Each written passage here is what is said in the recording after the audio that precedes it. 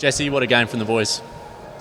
Yeah, excuse me. Yeah, we came up with a focus that it was going to be a pretty big game for them, and us coming off a pretty big game last week against Melbourne, we set ourselves a task, and to turn up today and produce what we did today 5 days later was awesome. So yeah, across the board, the boys were awesome. And what was the key to Freo being on top for most of the contest? I think it was the intent. I think that's where it starts. If our contested ball and stuff around the centre is really good, then it usually flows into the rest of our game. Our backs were a lead all game, and they've been a lead all year, and our forwards were able to isolate and get on the end of the few. So it starts in the middle, but I think it filtered through the whole ground, and all the boys were good. And yourself, how does it feel to get back on the scoreboard? You had 4 goals today. Yeah, it's been a while. I'm glad JL persisted with the 3 key forwards with Lobs, Tabs and myself. But yeah, it was nice to get on the end of a few. But I think our spacing was really good today. With Lob and Tabs, they're top 5 contested marks in the comp between them. So if you give them space and you get one-on-ones, I think it can work. So JL's persisted with it, and it was nice to get on the end of a few. But yeah. And 3 each to Sonny, Tabs and Schultz. What clicked for the forward line today? Yeah, I think we've been close to doing it for a while. I think that's probably the last piece, is that mid-forward connection and us kind of spacing ourselves out. So today was a bit of reward for effort, and hopefully we can take a bit out of that and review it and see what we did well and see what we didn't do so well in previous weeks, to not get scores that are up towards that 60, 70 to obviously not, today was 90. But we'll review that, see what we did well, and hopefully we can take that into the last game and then take that into the pre-season. And it must have felt like you guys were due as a forward line. You've had some pretty consistent games, but just haven't quite got there.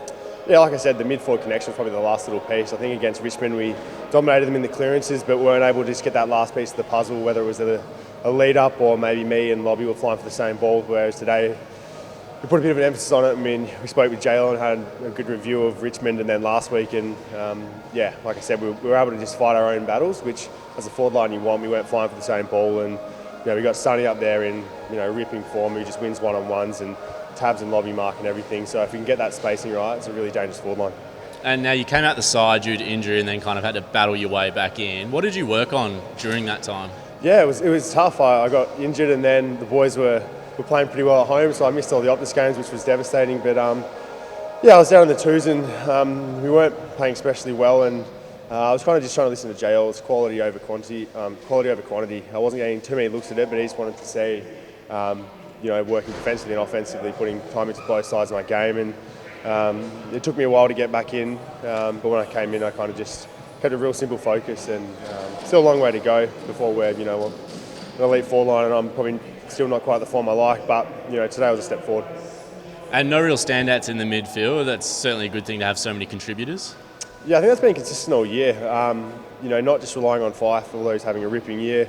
We've got Caleb there and Andy playing their roles, and Barra's just Mr. Reliable. So across the board, our midfield is just solid every week. I think we're getting to the point where we know what we're going to get. Shawnee's taking steps forward every week, and today was another big step forward for the big fella. And I think the more we do it, the more we see it working. I think the more those young mids like Andy and Ches and Sarong, they'll just keep taking steps forward, and hopefully we can become a really elite midfield and go from there. And down back, the defence were massive again today. Yeah, I think we've come to expect it from the boys. Conk's gone out was a big loss. I think he's probably been our most consistent performer over the last probably 3-4 weeks. So for Toby to come in and play his role, and Lukey and Brennan to do what they do week in, week out under a bit of an injury cloud, just for them to come out and just give 100% and they just put their bodies on the line week in, week out, has just been massive. So, we've come to expect it from them, but they still deserve the kudos. So, yeah, it's been massive.